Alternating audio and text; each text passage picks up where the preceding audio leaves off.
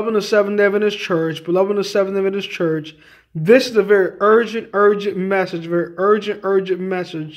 called Health Reform and the Third Angel's Message. Health Reform and the Third Angel's Message, Part 3.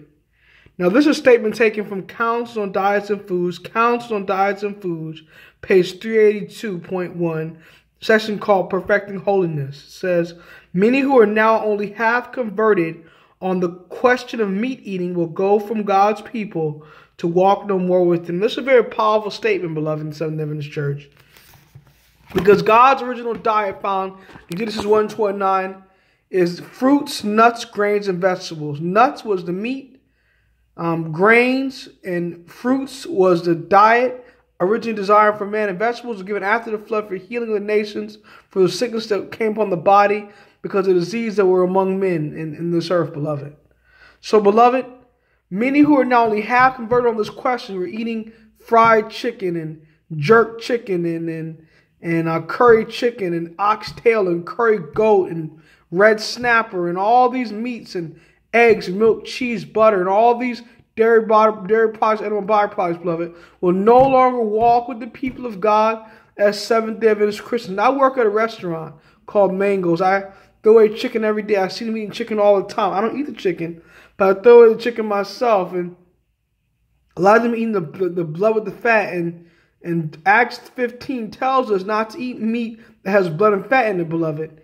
If you eat blood and fat in it, we're sinning against God, and we're not going to be saved. Now, it's not a sin, beloved, to eat meat that has no blood and fat in it. But in these last days, those who eat flesh meat that are Seventh-day Adventist Christians will no longer walk with the people of God throughout the time of trouble. So the time of trouble hits and we can't buy and sell, and there's a death decree at this passing of this national law is going to happen very soon because the government's shutting down. Those who are still on those flesh products and animal byproducts will no longer walk with the people of God. They will not attain to character perfection. Though food made free from grease and dairy products and flesh meats constitute the best diet needful for those who want to make up God's kingdom be translated in these last days. When you eat flesh meat, you cannot be translated. You cannot have character perfection, put away sexual sin, and put away worldliness and things like that of that nature, beloved, in the Adventist church. And in the Adventist church, the sad thing about it is when you eat flesh meat, you have a combative, hateful, angry nature.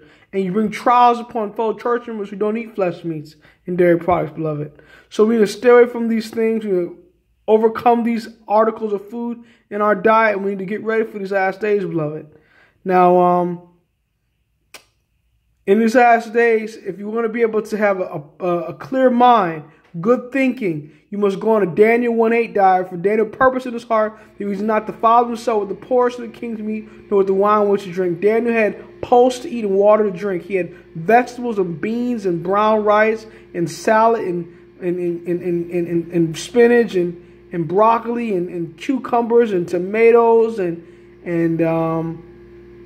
cabbage and lettuce and things like beets. He had this diet, and that's what helped him live such a holy, perfect life. When you go to Taco Bell, order the cheesy bean rice burrito without cheese, no cheese. Order it with black beans and brown rice on it, and fresco. It has tomatoes and onions on it for the seasoning rather than the pinko refried beans, which causes diarrhea and causes sexual passion to come upon you, and the cheese product. Don't order all those things. Order a vegan version of that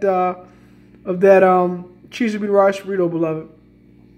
Fast and pray. Fast twice a week, all day. Fast some weeks just 2 meals a day out of that one day, some of the week, and then on some of the week, we eat a strictly plant-based diet, exercise, get lots of water, get lots of rest, pray, read your Bible, talk to God, put away sin.